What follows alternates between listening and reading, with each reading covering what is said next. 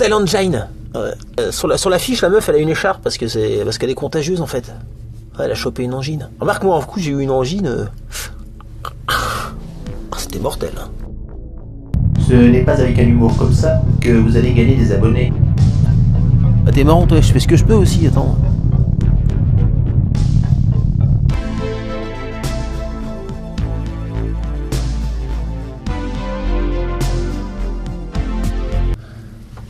Je viens d'aller voir Mortal Engine. En version 3D. Bah bref, en version 3D quoi, t'as compris. Petite critique à chaud. Critique à chaud. K-W-S-E. Chaud. Critique à chaud. Alors amateur de steampunk, vous allez être servi. Mortal Engine en met vraiment plein la vue, mais je dirais que c'est le prévisibilisme des événements qui gâche l'investissement dans le récit. Empilant les contraintes pour augmenter la tension, multipliant les personnages pour faire genre épopée à la Tolkien. Mais non, ils sont pas forcément très bien développés, donc c'est un peu dommage.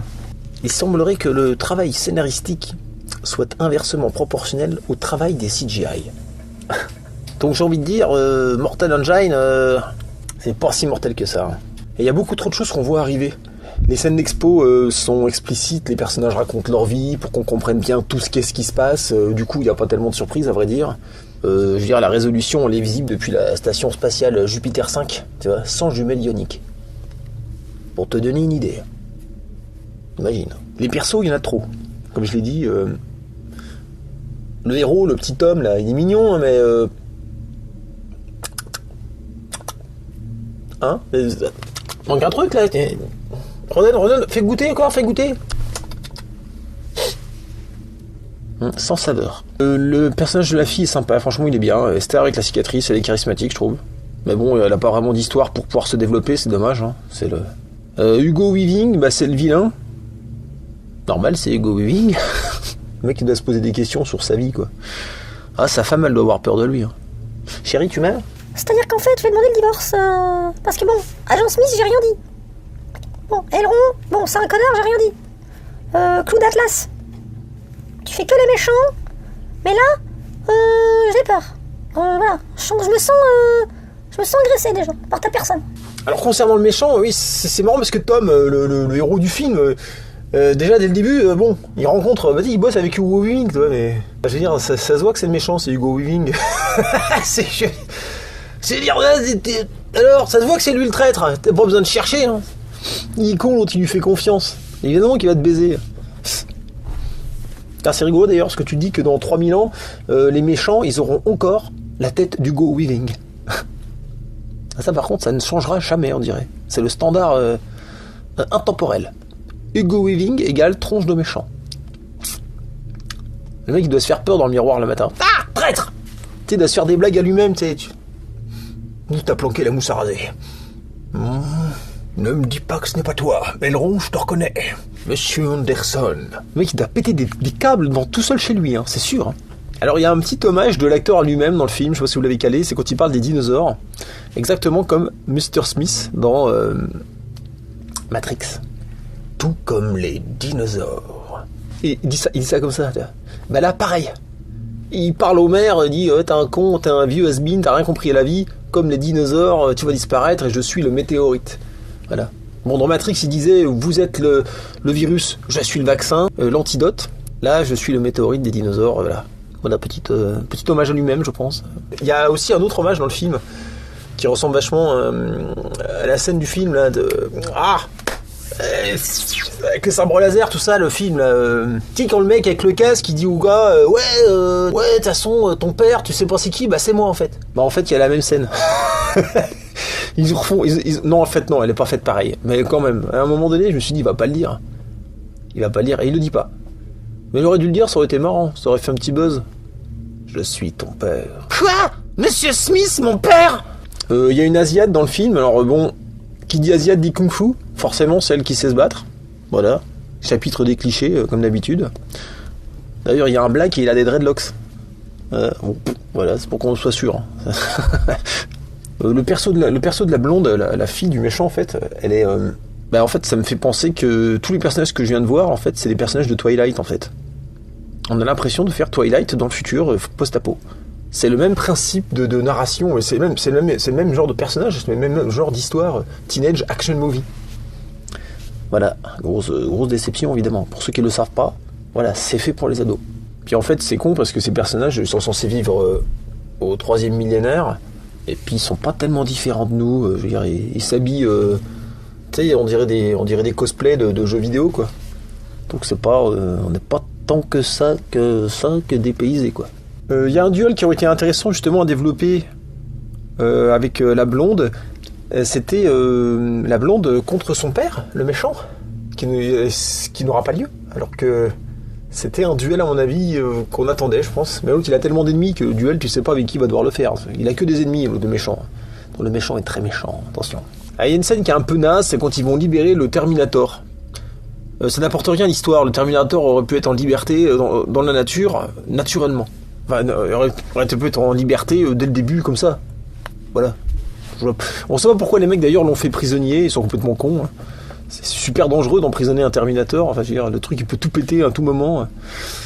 Bref, scène pas très intéressante, et qui introduit donc le personnage de Shrike, qui aurait mérité d'être vachement plus développé. On n'en sait pas plus sur ce truc-là, et on aurait envie d'en apprendre un peu plus. Ça m'a fait penser aux soldats de l'apocalypse, des gros robots Terminator de Judge Dredd, je sais plus comment ils s'appellent, et puis aussi les monstres de l'apocalypse de Nausicaa, de Miyazaki. Le mobile de Shrike, il veut tuer Esther, mais le mobile il est vraiment fin nul. Hein. Franchement les gars, bossez un peu, faites un truc un peu mieux quand même. Parce que quand il la retrouve, il la tue plus, tout ça, mais... Oh la raison, comment ça pue du cul. Oh là là. C'est con, le robot est pas mal, hein. Enfin, il y a moyen de faire un truc. Alors, il y a le rapport de classe, qui est mis en place très rapidement au début du film, qui est mis en scène, mais qui servira plus par la suite. Une petite allusion au camp de concentration avec le Welcome to London, écrit de la même manière que Arbeit macht frei. Voilà, il y a une critique politique plutôt brutale, mais ça va vite disparaître. Alors j'ai une théorie. Alarme. Théorie. C'est ma théorie du bouquet final. Je sais pas si vous êtes déjà demandé pourquoi dans un feu d'artifice le bouquet final était à la fin. Il y a une raison. C'est ma théorie de la double anale. Ouais, c'est un peu brutal comme image, mais la double anale n'arrive jamais au début du film. Non. Parce que si on la met au début, qu'est-ce que tu veux proposer ensuite ? Faut que ce soit crescendo. Comme un feu d'artifice. Et à la fin, bim ! Ce moment-là, dans les 10 premières minutes du film, on nous sert Londres, les plans de caméra vertigineux de ouf, les courses-poursuites et autres à la Donkey Kong sur des engrenages mécaniques géants et tout. En 10 minutes de film, voilà, on a déjà vu tout ce qu'il y avait à voir, quoi. Parce que par la suite, il n'y aura rien de plus gros. Alors il y aurait pu avoir une plus grosse ville, genre New York, qui bouffe Londres. Ça aurait été marrant, mais ils l'ont pas fait. Donc techniquement, les 10 premières minutes du film vous mettent tout de suite au top. Voilà. Ils ont fait le feu d'artifice dans le mauvais sens. Pareil dans Jurassic Park, ils vous montrent pas dans les 5 premières minutes le T-Rex. Vous vous souvenez de Jurassic Park ? Ils y vont mollo. Il y a un T-Rex. Tu le sais, mais tu le vois pas. Tu l'entends après. Merde, après tu vois une patte. Enfin, tu vois, c'était quand même bien fait. Là, non, il y a direct. Du coup, on s'emmerde d'une certaine manière. On n'est plus impressionné qu'au bout de 2 heures. Alors, les clichés, il y en a un qui est sympa. Les clichés, il y a le boss à la fin, en fait. Attention, spoil. Je vais développer à partir de maintenant. Dans les clichés, on a le boss qui sait mieux se battre que ses gardes du corps. L'Asiate, elle va dégommer la gueule à toute une bande de barbares à un moment donné, toute seule. Et là, d'un seul coup, quand elle se bat contre le méchant à la fin, elle perd. C'est le syndrome du méchant, du boss qui se bat mieux que ses gardes du corps. Voilà, ça arrive tout le temps. Il y a la nana, Esther, à un moment donné, elle prend un flingue, elle tire dans les menottes de Tom pour le libérer. Et juste après, mais dans la seconde après, elle pose le flingue. Alors qu'ils sont en pleine baston mortelle, hein. Tout le monde est en train de s'entretuer, tu vois. Et garde le flingue. Non, garde le flingue. Ouais. Ah ouais, il y a le syndrome marrant des copains qui se sacrifient pour toi. Moi, j'aime bien ça. Ah, c'est tes potes, ils te connaissent depuis 1 heure, mais... Hein ? Les mecs sont prêts à mourir pour toi. Alors ça, c'est du feeling, hein. Vas-y, crève, hein. Vas-y, fais ton attaque kamikaze, c'est moi le héros, de toute façon, donc vas-y, crève. Un moment qui me piquera pas ma meuf. J'ai bien aimé l'idée du biscuit de 2118. qui est périmé depuis 1000 ans, tu sais. C'est bien parce que c'est des petits détails scénaristiques qui sont bien faits, comme des fois il y a des petits bons trucs. Il y a des bons trucs quand même des fois, genre celui-là, mais c'est trop pauvre et trop rare pour rehausser l'histoire. Hein. Et quand je repense à toutes ces histoires de châteaux ambulants, c'est quand même incroyable, mais je sais pas pourquoi. Mais Londres en char comme ça qui se déplace me fait 100 fois moins d'effet que le château ambulant de Miyazaki. Pourtant c'est du dessin animé, hein. Bah, ça marche mieux que de la CGI. Miyazaki me fait 100 fois plus rêver que le Mortal Engine. C'est peut-être moche en fait.